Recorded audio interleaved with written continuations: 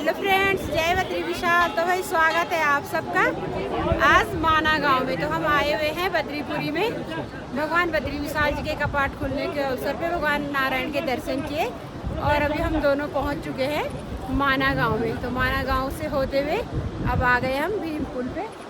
तो अभी अपना ब्लॉग भी आज स्टार्ट कर रही हूँ भीम पुल से।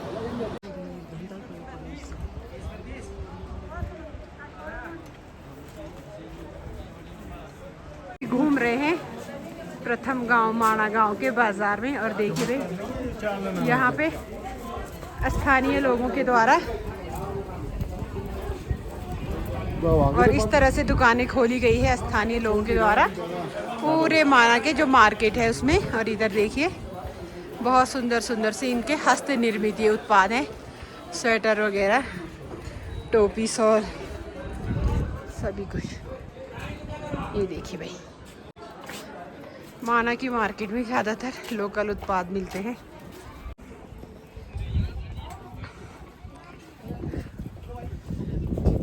रास्ता तो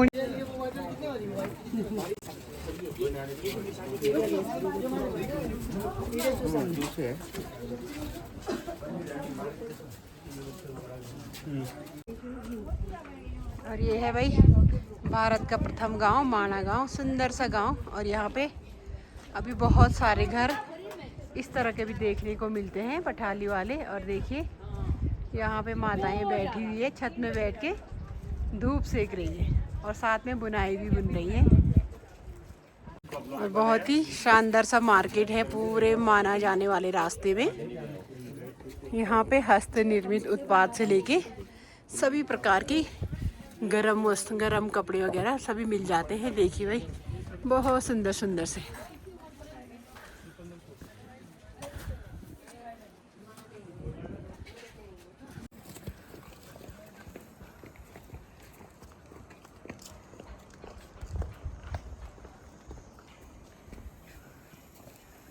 और माना गांव में खूब सारे होम स्टे भी बने हुए हैं। और ये देखिए भाई प्रधान जी होम स्टे, तो नाम भी बहुत ही बढ़िया रखा हुआ है।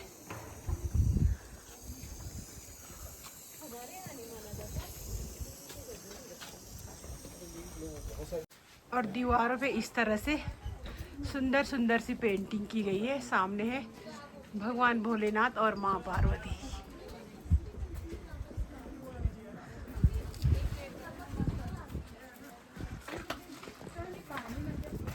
और यहाँ से ठीक सामने देखिए ये जो रास्ता जा रहा है स्वर्गारोहिणी का, सत्यपथ स्वर्गारोहिणी जाने वाला रास्ता है।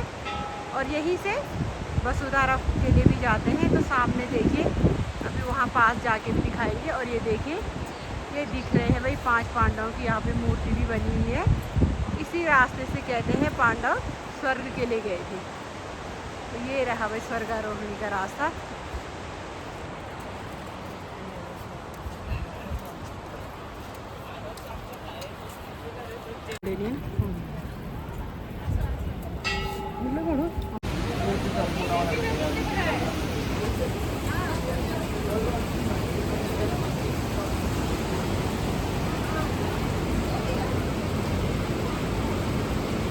और यहाँ से ठीक सामने आप सब दर्शन कीजिए सरस्वती नदी के।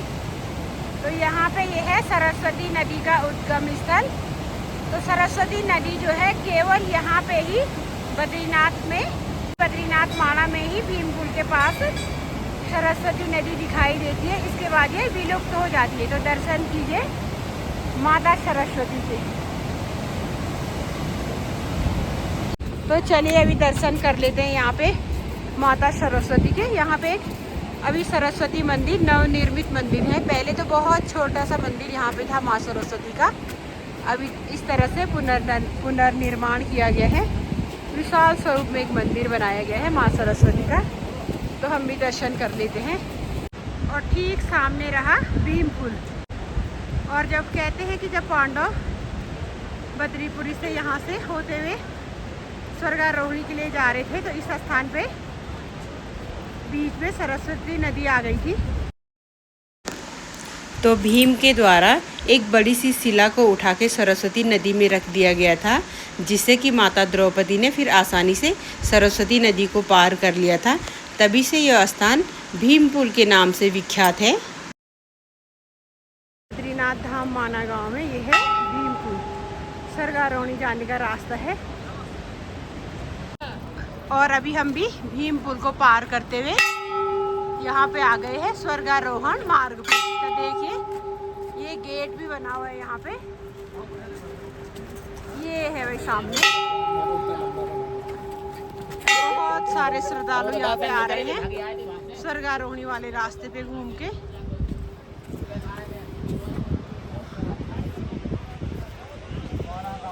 ये चमक, ये चमक। धर्मराज युधिष्ठिर के साथ जो स्वान गया था ना, ये स्वर्गारोहणी तक जो स्वान गया था, सबसे पहले वो है।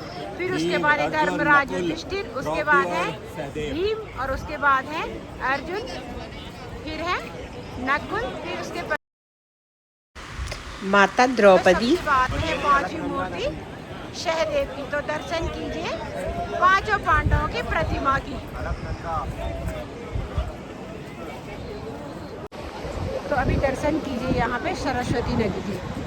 तो ये सामने दिखाई दे रही है सरस्वती नदी, और सरस्वती नदी केवल यही माना गांव में केशव प्रयाग तक ही दिखाई देती है। उसके पश्चात माता सरस्वती यहाँ पे विलुप्त हो जाती है। अभी हम दोनों घूम रहे हैं स्वर्गारोहणी मार्ग पे। ये मार्ग जाता है वसुधारा के लिए भी, और इसी रास्ते से पांचों पांडव भी स्वर्ग के लिए गए थे। सत्यपथ का रास्ता है। तो हम दोनों तो आज केवल माना और भीमपुल तक ही घूमने के लिए आए हैं। भगवान की इच्छा हुई तो वसुधारा जाएंगे इस बार। काफ़ी समय से गए नहीं, तो अब हम यहीं से वापस चलते हैं घर के लिए। बहुत ही ठंडी ठंडी हवाएं भी चल रही हैं बद्रीपुरी में, माना गांव में। ये रहा भाई वसुधारा जाने वाला मार्ग सामने से। तो दर्शन कीजिए सुंदर सुंदर बर्फीले पहाड़ों के बद्रीपुरी में माना गांव से। देखिए भाई सारे पहाड़ बर्फ की चादर ओढ़े, बहुत सुंदर लग रहे हैं।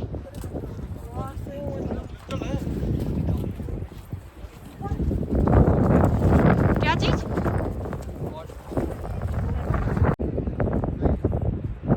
और सामने के पहाड़ पे हमें यहाँ पे खूब सारे थार की टोली भी दिखाई दे रही है।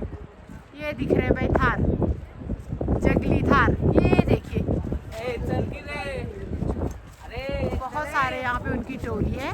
उस पहाड़ी पे चढ़ के अब घास चरने के लिए आते हैं, फिर वापस जाते हैं अपने घर औंधे में। ये लड़ाई होगी, देखो देखो देखो लड़ाई होगी दोनों की। ये है भाई जंगली थार।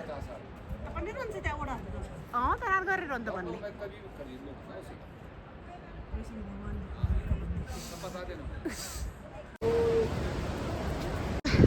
और यहाँ पे सरस्वती नदी विकराल रूप में रहती है, और यहाँ पे धीरे धीरे जाके विलुप्त हो जाती है।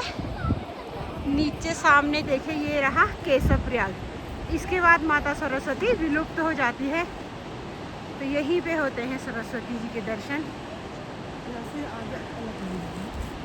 इससे आगे सरस्वती जो है, सरस्वती नदी अलकनंदा में विलुप्त हो जाती है। यहाँ पे होता है अलकनंदा और सरस्वती का संगम। तो ये इस संग तो यहाँ पे कहते हैं केशव प्रयाग। तो अभी हम निकल पड़े हैं ब्यास गुफा जाने वाले मार्ग पे।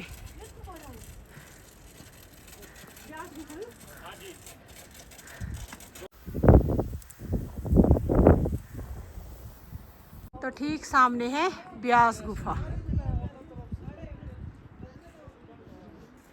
सामने है भारत की प्रथम चाय की दुकान। प्रथम गांव माना गांव में प्रथम चाय की दुकान।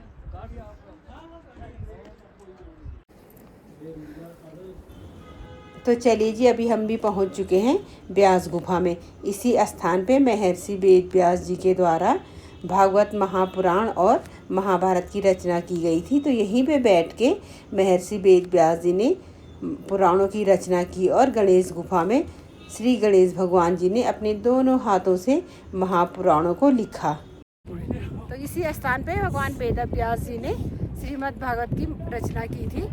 तो अभी दर्शन कीजिए ब्यास गुफा के। तो सामने दर्शन कीजिए व्यास पोथी के। तो इस शिला में संपूर्ण श्रीमद् भागवत का वर्णन हुआ है। तो यही वो शिला है, पूरी ग्रंथ इसमें है, व्यास पोथी। और बहुत संख्या में तीर्थ यात्री भी यहाँ पे व्यास गुफा, गणेश गुफा, भीम पुल के दर्शन करने के लिए पहुँचे हुए हैं। तो जय हो गणेश भगवान जी की, विघ्नहर्ता गणपति सारे विघ्नों को दूर करे। तो भाई अभी दर्शन करने वाले हैं गणेश गुफा के। दर्शन करके हम आए हैं व्यास गुफा से, जहाँ पे बैठ के वेद व्यास जी ने संपूर्ण महाभारत पुराण और श्रीमद् भागवत महापुराण की रचना की थी और लिखने के लिए भगवान गणेश जी का आह्वान किया था। इस स्थान पे बैठ के गणेश जी ने संपूर्ण महाभारत को लिखा ग्रंथ में। तो चलिए अभी हमारी भी तैयारी हो चुकी है भारत के प्रथम गांव माना गांव से वापस बद्रीनाथ धाम जाने की।